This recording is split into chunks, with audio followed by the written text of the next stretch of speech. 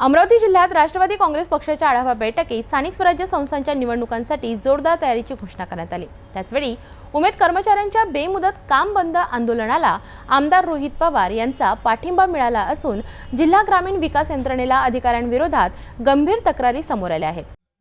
जिल्हा परिषद कार्यालयात सकाळी एक वेगळीच हलचल होती। उमेद प्रकल्प अधिकारी प्रीती देशमुख यांच्या स्थानांतराच्या मागणीकरिता आमदार रोहित पवार स्वतः जिल्हा परिषदेच्या मुख्य कार्यपालन अधिकारी संचिता मोहपात्र यांची भेट घेण्यासाठी आलेत। त्यांच्यासोबत उमेदचे शेकडो पदाधिकारी आणि कार्यकर्ते उपस्थित होते। अर्धा तास चाललेल्या या चर्चेत पदाधिकाऱ्यांनी आपल्या तक्रारी थेट सीईओ समोर मांडल्यात। त्यांचा आरोप आहे की उमेद कर्मचाऱ्यांवर सातत्याने मानसिक दबाव आणला जात आहे। या स्थानाला कंटाळून शीतल गर्लेवार या महिलेने आत्महत्येचा प्रयत्न केलाय। ही घटना सर्वांना हादरून टाकणारी आहे। या घटनेच्या निषेधार्थ उमेदचे कार्यकर्ते आणि पदाधिकारी बेमुदत कामबंद आंदोलन करीत आहेत।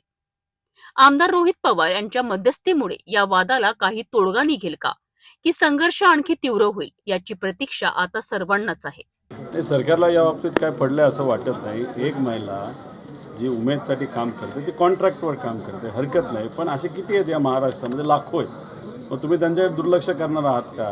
एखादा अधिकारी एखाद्या कॉन्ट्रॅक्ट कर्मचाऱ्यावर अन्याय करत असेल, मुद्दामून तिथं जे काही डॉक्युमेंट लागतात, नाहीतर ज्याला आपण त्याला काय म्हणतो आपण एक KRA रिपोर्ट असतो, तो रिपोर्टच दिला जात नसेल, म्हणजे आता समजा मी अधिकारी मला तुम्ही आवडत नाही आणि मी मुद्दामून तुमचे KRAच देणार नाही, मग तुम्ही ऑटोमॅटिकली त्या प्रक्रियेतून बाहेर जाता आणि तुमचा पगारसुद्धा बंद होऊन तुम्हाला हकलही जाऊ शकते।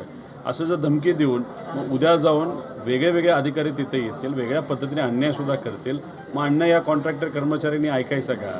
मग हे जे काय आहे हे कुठेतरी ऐकून घेतलं पाहिजे। आता आम्ही सेक्रेटरी साहेबांशी बोललो आहे, ते त्या बाबतीत लक्ष घालतील असं सांगितलं आहे। CEO साहेबांना आम्ही फोनवर बोललेलो, पण आता जाऊन त्यांच्याशी आम्ही बोलू आणि हा विषय खरं काय खोटं काय यांच्याकडे पण काही डॉक्युमेंट्स आहेत, ते डॉक्युमेंट मॅडमला त्या ठिकाणी आम्ही दाखवून देऊ। पण अशा पद्धतीने अन्याय होत असताना तुम्ही फक्त एकच बाजू ऐकत असाल आणि हे फक्त गरीब आहेत नाही तर कॉन्ट्रॅक्टरवर आहेत म्हणून ह्यांची बाजू तुम्ही ऐकत नसताल, तर या राज्यामध्ये आपण बघितलं तर परमनंट जेवढे आहेत त्याच्यापेक्षा कितीतरी जास्त हे कॉन्ट्रॅक्टर वर्कर्स आहेत। आणि तुम्ही जर बघितलं तर परमनंट संघटनेने सुद्धा या लोकांना पाठबळ आणि पाठिंबा तिथं दिलेला आहे। त्यामुळे हे जे काय चाललंय चुकीचं, आम्ही CEO साहेब मॅडमशी जाऊन तिथं बोलू।